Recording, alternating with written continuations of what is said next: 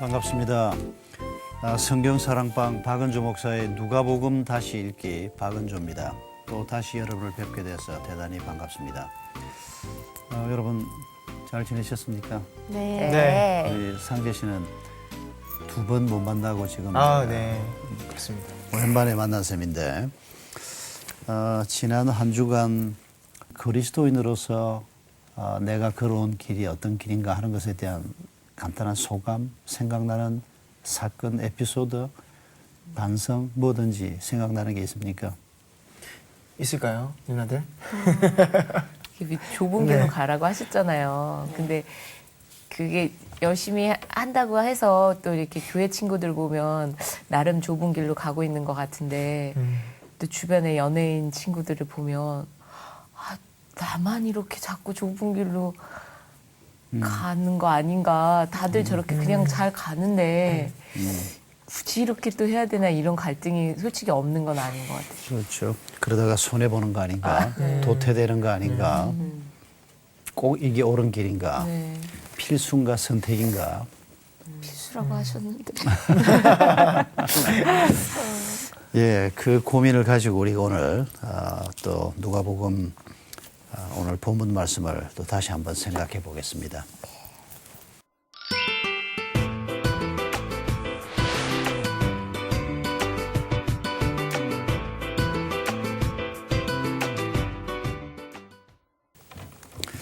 자, 누가복음 16장 14절로 18절 말씀 우리 같이 읽겠습니다. 제가 먼저 14절을 읽습니다. 바리새인들은 돈을 좋아하는 자들이라 이 모든 것을 듣고 비웃거늘 예수께서 이르시되 너희는 사람 앞에서 스스로 옳다 하는 자들이나 너희 마음을 하나님께서 아시나니 사람 중에 높임을 받는 그것은 하나님 앞에 미움을 받는 것이니라. 율법과 선지자는 요한의 때까지요. 그 후부터는 하나님 나라의 복음이 전파되어 사람마다 그리스도로 침입하느니라. 그러나 율법의 한 획이 떨어짐보다 천지가 없어짐이 쉬우니라. 무릇 자기 아내를 버리고 다른 데 장가드는 자는 간음함이요 무릇 버림당한 여자에게 장가드는 자도 간음함이니라. 아멘. 자, 오늘 이 말씀을 중심해서 성도가 가야 할 길이 어떤 길인가, 또 성도가 가지 말아야 하는 길은 어떤 길인가, 그걸 본문이 안내하는 대로 한번 몇 가지 생각해 보겠습니다. 14절을 먼저 봅시다. 자, 바리새인은 그 당시 하나님을 믿는 사람 중에서 잘 믿는 사람이다라고 하는 평가를 받던 사람들입니다. 아주 열심히 성경도 잘 알고 경건 생활도 기도 생활도 아주 종교성이 뛰어나고 믿음 좋은 지도자다라고 하는 평가를 받는 사람들입니다. 자, 그런데 이 바리새인이 14절과 15절에서 어떤 사람이라고 우리 주님이 지적합니까? 먼저 14절에서 바리새인이 어떤 사람이라고요? 돈을 좋아하는 자들. 돈 싫어하는 사람도 있습니까? 아니 없습니다. 없는 것 같습니다. 그런데 이 말은 무슨 말일까요? 우리가 그러면 돈을 다 싫어야 된다는 얘기입니까? 아니요. 바로 그 앞에 13절에 무슨 말이 나오는 거 아니까? 우리가 잘 아는 유명한 말. 하나님과 재물을 겸하여 섬길 수 없다. 우선순위 1번에는 하나밖에 없다. 그게 누굽니까? 하나님이라는 겁니다. 그런데 지금 이 사람들은 그 얘기를 듣고 비웃었다는 겁니다. 하나님하고 사람을 겸해서 섬길 수 없다. 웃기네 이러고 있다는 겁니다. 지금. 그 사람을 보고 너는 돈을 좋아하는 자다. 그러니까 이건 그냥 돈이 중요하다, 돈이 필요하다 이런 균형 있는 태도가 아니고 하나님만큼 돈을 좋아하는 자 이런 의미로 얘기하는 겁니다. 지금. 돈이 너무 중요한 사람. 가령 돈만 있으면 선교도 할 수 있고 돈만 있으면 애도 잘 키울 수 있고 돈만 있으면 내 인생은 행복할 수 있다. 돈 없으면 나는 아무것도 아니야. 아무것도 못해. 이 말이 가지고 있는 뜻이 뭡니까? 돈이 최고다. 가장 중요하다는 얘기입니다. 그러니까 이 사람은 바로 하나님과 자기가 만약 하나님을 믿는 사람이라고 주장한다면 하나님과 돈을 최우선 순위에 갖다 놓는 사람입니다. 우리 자신을 분석할 때 잘 분석해야 됩니다. 아니 하나님이 최고지 어떻게 돈이 최고일 수가 있어? 말은 그렇게 하는데 실제로는 돈을 중요시해. 돈을 가장 중요시하는 이거 혼돈하면 안 된다는 겁니다. 사실 많은 그리스도인들이 이걸 혼돈합니다. 이 바리새인들이 딱 그런 사람이라는 겁니다. 또 15절에서 바리새인을 어떤 사람이라고 얘기합니까? 스스로 옳다는. 스스로 옳다 옳다는 하는 자들. 스스로 옳다 하는 자들이다. 이게 돈하고 무슨 관계가 있을까요? 돈을 좋아하는 것까지도 괜찮은데 하나님만큼이나 좋아하는 자들이 스스로 옳다고 하는 자들이다. 나 정도 되는 사람이 어디 있어? 이게 스스로 옳다 하는 거 아닙니까? 교만이죠. 교만한 거네요. 그리고 하나님 말씀은 안중에 없는 겁니다. 지금 예수님께서 말씀을 하셨는데 이 모든 것을 비웃었다 그러지 않습니까? 그러니까 이 사람들 입장에는 어디에서 시골에서 온 랍비가 그것도 나이도 젊은 랍비가 예수님이 그런 사람 아닙니까? 그죠. 저 갈릴리 시골에서 온 말도 사투리였습니다. 표준말 못 썼습니다, 예수님. 사투리를 그랬겠네요. 쓰셨구나. 갑자기 친근해지네요. 네. 촌 사람인데요. 네. 나사렛. 갈릴리에서 자랐고 갈릴리에서 30년을 사셨다가 예루살렘에 나타났거든요. 네. 그러면 갈릴리 말 써지죠, 당연히. 그렇죠. 그러니까 이 바리새인들, 이 뭐 중상류층 사람들, 많이 배운 사람들, 예루살렘에 연고가 다 있는 이런 사람들이 볼 때 예수님은 우습죠. 예수님께서는 그들을 향해서도 말씀하시지만은 이걸 기록해서 오늘 우리에게까지 말씀하시기 위해서 성도가 바리새인들도 하나님의 백성들입니다. 그런데 이 사람들이 지금 말하는 이것들 잘 못된 거다. 그걸 보여주시면서 우리가 어떻게 살아야 할 것인가 하는 것에 관한 말씀을 지금 하고 있는 겁니다. 자, 이 바리새인은 돈을 이렇게 중요하게 생각하는데 16절에서 우리 예수님께서 주신 말씀을 보면 하나님의 나라의 복음이라는 표현을 쓰고 있습니다. 하나님의 나라. 돈의 나라가 아니고 로마의 나라가 아니고 하나님의 나라. 하나님의 나라 그럴 때 가장 중요한 게 뭘까요? 누가 통치하는 나라입니까? 하나님이 통치하는 나라입니다. 하나님의 통치가 있는 나라에 내가 하나님의 통치를 받겠습니다 하고 들어가면 그 사람이 하나님 나라 백성이 되는 겁니다. 네. 하나님이 통치하시고 왕이십니다. 그걸 받아들이고 하나님의 백성이 되면 거기에 하나님의 평강이 임하는 겁니다. 하나님의 축복이 임하는 겁니다. 그게 하나님의 나라입니다. 그런데 나는 하나님도 좋지만은 돈이 좋다. 그러면 돈의 지배를 받는 겁니다. 하나님을 아예 배제하고 나는 돈이 최고다. 이런 사람은 불신자입니다. 그런데 하나님도 좋고 돈도 좋다. 이건 혼합주의자입니다. 이 사람들이 바로 시내산 기슭에서 금송아지 만들었던 사람들 아닙니까? 모세가 산에 올라가서 안 내려오지 않습니까? 40일이 지났으니까 마음이 불안해지죠. 그러면서 금송아지를 만들면서 이 금송아지가 우리를 인도해낸 여호와다 이러고 있습니다. 하나님이 그런 상 만들지 말라 그랬는데 그러니까 그분들이 하나님을 버리고 우상을 섬기겠다는 것이 아니고 하나님을 섬긴다고 하면서도 자기들의 불안한 마음을 하나님이 채워주지 않는다고 생각하고 금송아지를 만들어서 그 자리를 채우려고 하는 이런 혼합주의적인 생각이 바로 시내산 기슭에 있었던 사람들이었습니다. 하나님의 나라가 우리에게 복음이다. 하나님이 다스리면 모든 것이 복되게 된다. 바로 이 말입니다. 그런데 우리가 예수 그리스도를 만나기 전에는 내가 주인이었습니다. 언제부터? 에덴 동산에서 아담 하와가 선악과를 따먹은 이후부터 그 선악과를 따먹는 것이 창세기 3장에 보면 3장 5절에 보면 뱀의 모습으로 나타난 사탄이 이 열매를 따먹으면 당신의 눈이 밝아져서 당신이 무엇처럼 된다고? 하나님처럼 된다고. 그래서 따먹었던 겁니다. 내가 하나님처럼 되고 싶다. 내가 내 삶의 주인 돼서 살겠다. 이게 인간의 범죄의 시작이었습니다. 그리고 그 죄는 지금까지 계속되고 있습니다. 이 죄에서 벗어나서 하나님을 주인으로 모시고 사는 사람은 하나님의 백성이고 그렇지 않은 사람은 다른 통치를 받는 겁니다. 자기가 주인 노릇하고 자기가 좋아하는 것이 자기를 다스리게 하고 그게 세상 나라와 하나님 나라의 차이라는 겁니다. 오늘도 하나님 우리를 다스리시는데 네. 하나님 우리를 어떻게 다스리십니까? 말씀을 통해. 말씀이지요. 네. 가장 중요한 게 말씀을 통해서 우리를 다스리십니다. 말씀으로만 다스리는 것은 아닙니다. 그러나 말씀을 빼놓고는 하나님의 통치를 생각할 수가 없습니다. 그래서 우리가 말씀을 잘 알아야 된다는 겁니다. 신명기에서 신명기 4장에서 너희가 이 말씀을 따라 살아라. 그리하면 너희가 살리라. 그 말의 뜻이 뭐니 내가 뭐 육체적으로 살아있는 사람이지만은 이 말씀에 순종하면서 하나님의 통치를 잘 받고 이 길을 걸어가면 거기에 행복이 있고 평안이 있고 진정한 삶이 있다는 거죠. 미국 오하이오주 콜럼버스라고 하는 도시에 레스 브라운이라고 하는 유명한 방송국 디스크 자키가 있었답니다. 이 사람 얘기를 한번 읽은 적이 있는데 이 사람이 방송을 마치고 집에 도착했을 때 굉장히 늦은 시간이었던 모양입니다. 그런데 자기 아파트 앞에 아주 건장한 어깨 같은 이런 남자가 하나 서 있더라는 겁니다. 깜짝 놀라서 당신 누구요? 그랬더니 그 사람이 하는 말이 당신 죽이라는 명령받은 사람이라는 겁니다. 아이고.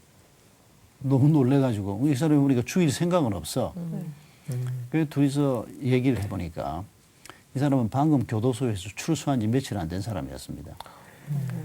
그런데 이 사람이 이제 출신이 그러니까 어디에서 술을 한 잔 마시고 있는데 그 주먹들끼리 그 레스 브라운이라는 놈을 제거를 해야 된다. 그래서 자기가 그 일을 맡겠다고 나섰다는 겁니다. 그리고는 그 집 앞에 서 있었던 겁니다. 그러면서 당신을 이렇게 죽이려고 하는 사람이 있으니까 당신 조심해야 된다. 또 누군가를 보낼지 모른다. 근데 왜 당신은 왜 나를 죽이지 않느냐. 그랬더니 이 사람이 뭐라고 얘기했는가 하니까 자기가 교도소에서 나와서 자기 어머니한테 갔다는 겁니다. 어머니가 요양원에 있는데 어머니한테 갔더니 레스 브라운 얘기를 자기 어머니가 한 겁니다.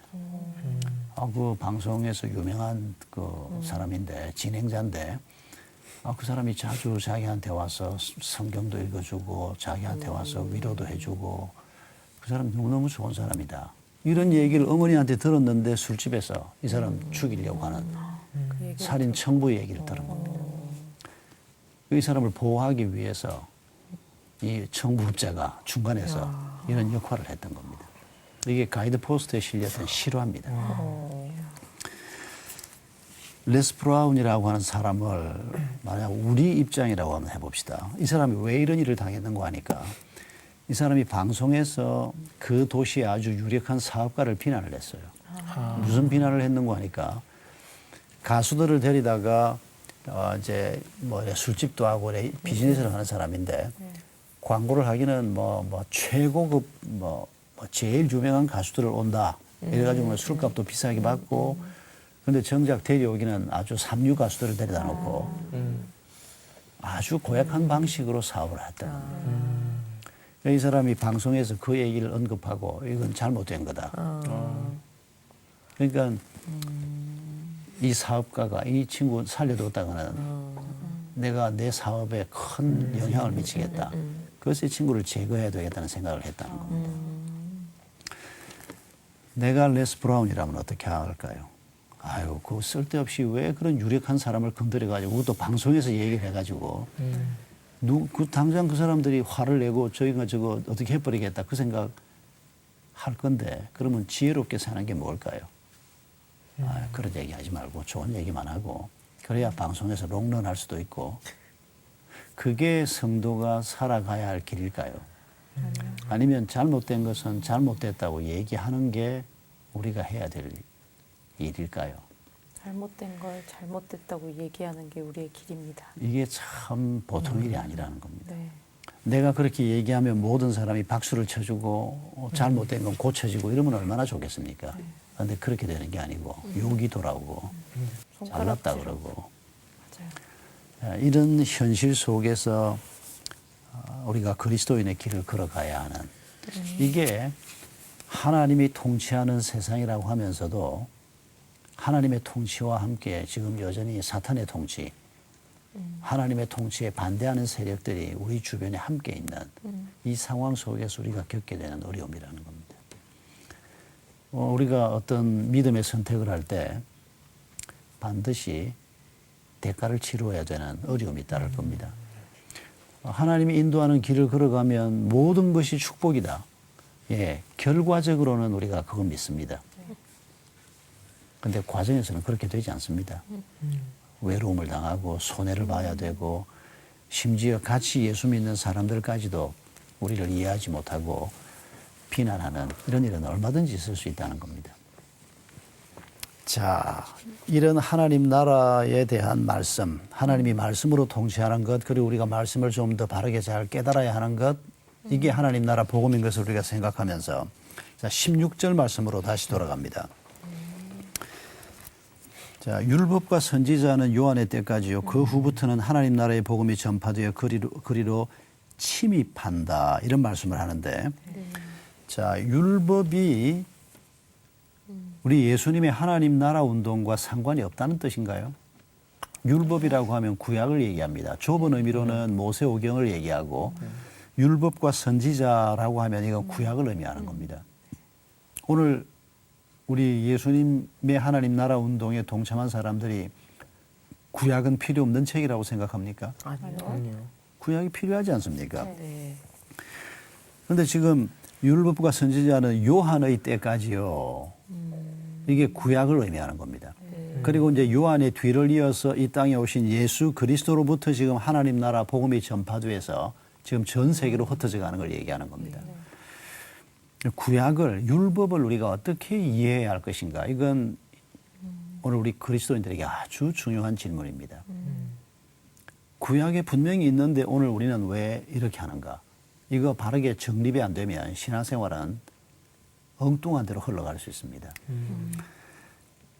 구약을 이해하는데 아주 중요한 귀절이 마태복음 5장 17절입니다. 예수님께서 친히 말씀하시기를 내가 율법이나 선지자를 폐하러 온 줄로 생각하지 말라. 폐하러 온 것이 아니고 완전하게 하려 함이라. 폐하러 오신 것이 아니고 완전하게 하려고 한다. 자, 예를 한번 들어봅시다. 제사제도. 네. 폐해졌습니까? 네, 폐해졌어요. 뭐가 폐해졌지요? 그 짐승을 잡고 뭐 이런 것들은 네. 폐해졌어요. 곡은 폐해졌지요. 네. 네. 그런데 예배는 구약의 그 제사가 오늘 우리의 뭐에 해당합니까? 예배. 예배입니다. 네. 그러니까 구약의 제사에서 이걸 하나님이 폐하러 온 것이 아니다. 그 제사에 담겨져 있는 정신을 폐하는 게 아닙니다. 네. 의식은 폐해졌습니다. 네. 왜 폐해졌습니까? 옛날에 짐승들이 피를 흘리고 죽는 것은 오실 예수 그리스도의 피 흘리심에 대한 그림자와 같은 것입니다. 네. 그러니까 진짜이신 예수님이 오셔서 피를 흘리셨으니까 이제 더 이상 그런 게 필요 없는 겁니다. 네. 예수님 안에서 완성이 된 겁니다. 네. 그리고 예수님이 우리에게 가르쳐 주신 오늘 우리의 예배 속에 예수님 이름으로 예배를 드리고 이 예배 속에 완성이 됐다는 겁니다. 네. 11조. 네. 구약시대에 11조 안 내면 하나님의 백성의 회에서 끊어졌습니다. 할례 안 받으면 유대인 아닙니다. 음식 구별법. 돼지고기 먹으면 안 돼요. 바로 잘립니다. 네. 그런데 오늘 이런 것들이 어떻게 폐해지고 어떻게 완성됐습니까? 이런 거 잘 정리를 해야 한다는 겁니다. 우리 할례 안 받지 않습니까? 네. 그 대신에 오늘 유아 세례 형식으로 완성된 것입니다. 구약의 안식일을 지켰으니까 지금도 안식일을 토요일에 지켜야 된다. 이러고 있는 사람들이 있습니다. 토요일 날 지키던 걸 왜 우리가 토요일 안 지키고 지금 안식 후 첫날을 지킵니까? 왜 그럽니까? 사도들이 이걸 변경했습니다. 신약 성경에 보면 안식 후 첫날에 무슨 일이 일어났습니까? 예수님이 부활하셨습니다. 네. 예수님이 부활하신 그 안식 후 첫날을 주의 날이라고 부르기 시작했습니다. 그리고 그날 오늘의 일요일 말입니다. 네. 그때는 쉬는 날 아니었습니다. 그런데 낮에 일을 다 해야 되니까 저녁에 모이기 시작했습니다. 안식 후 첫날에 떡을 때리고 함께 모였던, 여기 저녁에 모였다는 얘기입니다. 네. 그래서 유대인들은 안식일도 지키고 안식 후 첫날인 주일도 지켰습니다. 그러다가 이제 이방인들이 교회 안으로 점점 들어오면서 안식일 제도는 점점 없어지고 주일을 중심해서 예배드리는 제도가 생긴 겁니다. 이걸 안식교 교인들은 사도들이 월권했다. 마음대로 고쳤다.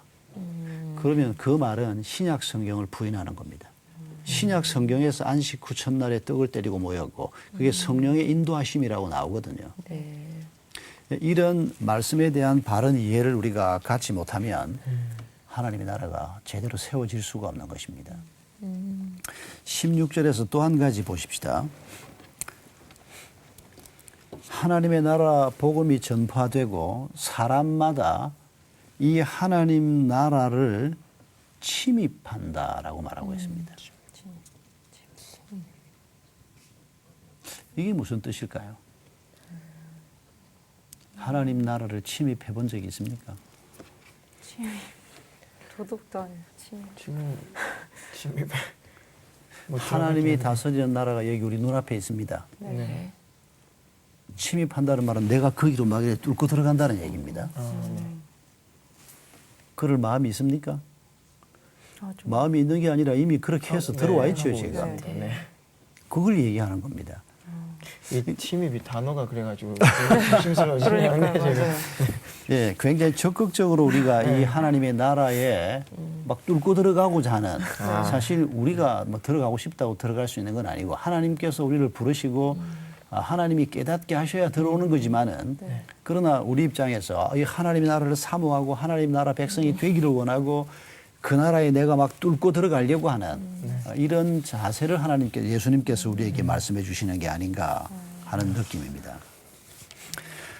그리고 맨 마지막 18절에 보면 이 하나님 나라 복음을 말씀하시면서 18절에 부부관계 얘기를 합니다. 가정 얘기를 한마디 하십니다. 가정을 바르게 세우는데 여러 가지 문제가 있습니다만 가장 큰 적이 뭡니까? 음란의 문제입니다. 2000년 전도 그렇고 지금도 그렇습니다. 뭐 가난이 문제일 수도 있고 질병이 문제일 수도 있고 뭐 아기를 못 갖는 문제도 있고 여러 가지 문제가 있는데 가장 큰 문제 중에 하나가 음란의 문제입니다. 지금 우리 주님께서 아내를 버리고 다른 데 장가드는 자는 간음하는 자다. 지금도 중동 23개국에서는 아내 셋을 데리고 살 수 있습니다. 그리고 아내를 버릴 때 어떻게 버리는 거 하니까 나 너하고 안 살아 그러면 버리는 겁니다. 지금 현재 얘기입니다.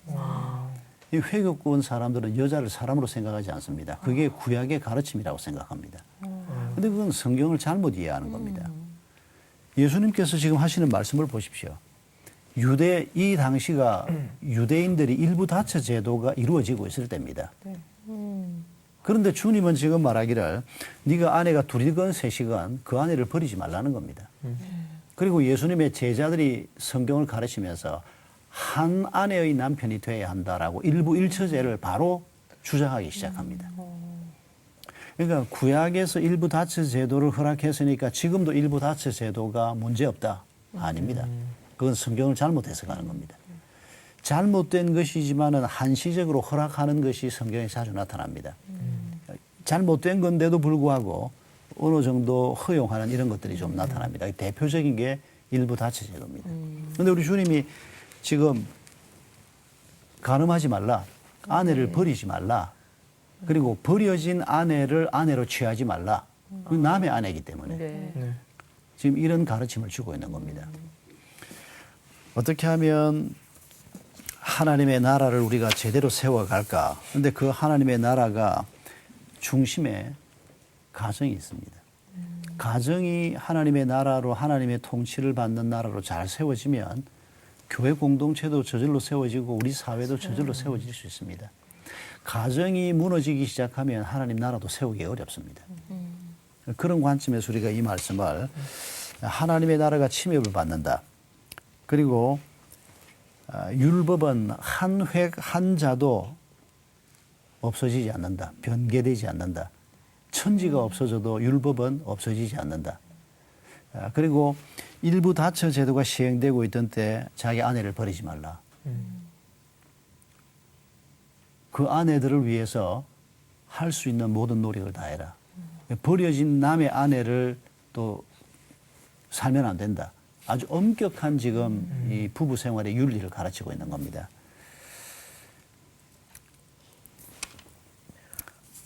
지금 이 세대를 우리가 가만히 떠올려 보면 일부 다처 제도가 진행되고 있을 뿐 아니라 이 지역의 왕인 헤롯은 자기 제수하고 결혼해서 살고 있었습니다. 헤롯 왕이 그런 사람이었습니다. 그런가 하면 힐레이라고 하는 유명한 이스라엘의 랍비는 어떤 여성이 수프를 만들면서 소금을 너무 많이 쳐서 짜다. 그러면 그 여자는 버려도 된다. 선생이 그렇게 가르쳤습니다. 그러니까 하나님의 말씀을 잘못 아니까 여성을 아무렇게나 생각하는 겁니다. 존귀한 하나님의 형상으로 지원받은 사람을 아무렇게나. 그러면 그 여성과 함께 이루는 가정이 어떻게 제대로 된 가정이 될 수 있겠습니까? 하나님께서 신약에 들어오면서 여성들의 사회적인 지위를 높이는 일을 제일 먼저 여러 곳에서 많이 하고 있는 것을 볼 수가 있습니다. 여성들이 회복이 되는 것이 인류사회 회복이고 지금에 와서 사실 여성들이 투표권 갖는 게 100년도 안 된 거 아시죠? 뭐 우리나라에서 아니고 서양 사회에서도 아주 최근에 여성들이 이만큼의 사회적인 지위를 확보한 겁니다. 그 이전에는 그런 지위가 없었습니다. 우리가 이런 하나님께서 주신 복음을 생각하면서 어떻게 하면 하나님 나라 백성으로서 우리의 길을 잘 걸어갈 수 있을까? 레스 브라운이 그런 위협을 생각 안 했을 리가 없습니다. 자기가 이런 말을 하면 위협이 올 것이다. 그럼에도 불구하고 이건 잘못된 거니까 내가 발언해야 되겠다. 그런데 자기가 또 한편으로 그리스도인으로서 요양원에 있는 할머니들을 방문하면서 선행을 했는데 그게 자기에게 그렇게 또 돌아올 걸 어떻게 기대했겠습니까? 그런데 자기가 한 그 조그마한 선행이 그 할머니의 입을 통해서 아들에게 이런 방식으로 나타나는 결국 하나님이 모든 것을 통치하신다는 겁니다. 하나님께서 다스리는 이 우리 하나님의 통치를 믿고 우리는 성경이 인도하는 길을 걸어간다는 겁니다. 그러면 그러다가 우리가 손해볼 수도 있고 또 때로는 심지어 순교당할 수도 있습니다.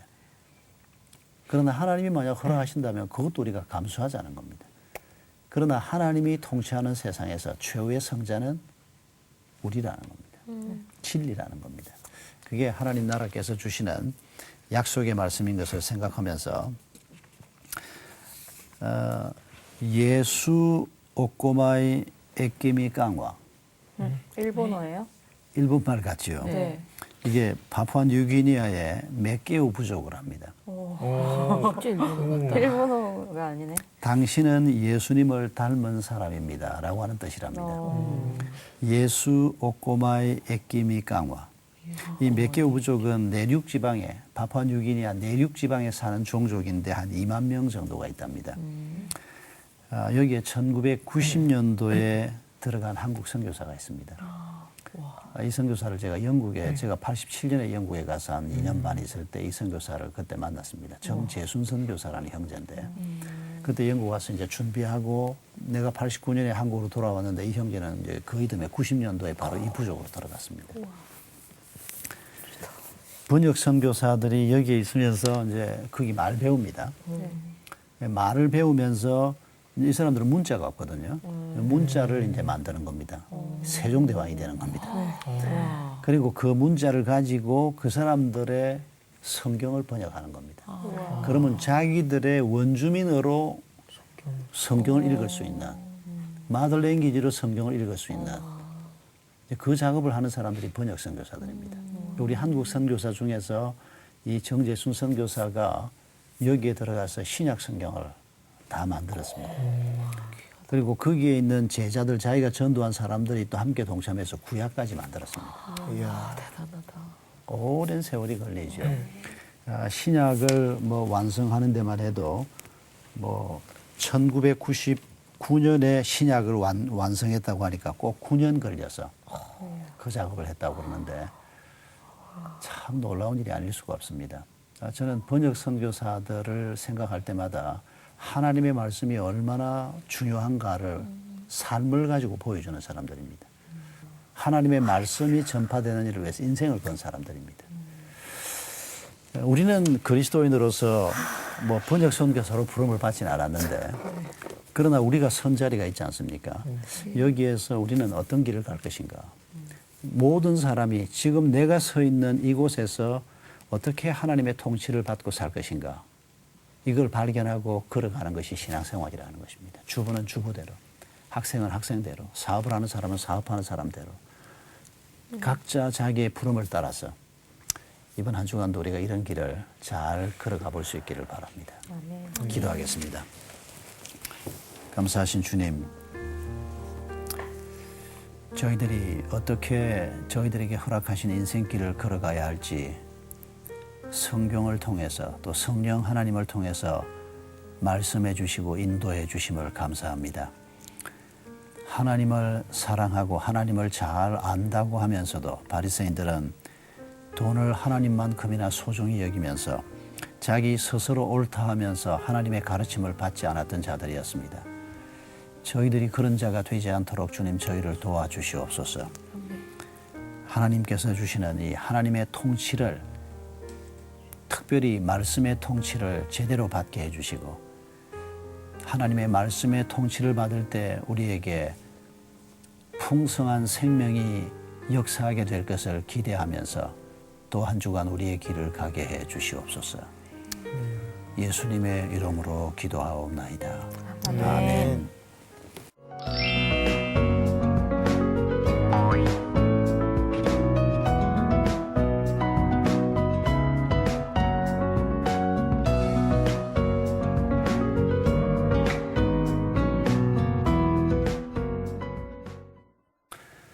여러분 함께 해주셔서 대단히 감사합니다. 이번 한 주간도 하나님의 통치 가운데 우리가 순종하면서 위로부터 공급되는 샬롬 평화를 누리면서 복된 한 주간이 되기를 바랍니다. 다음 주에 또 뵙겠습니다. 수고하셨습니다. 수고하셨습니다.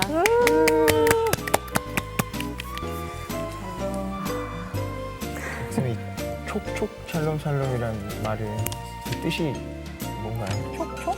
네, 그런 것도 있던 것 같은데.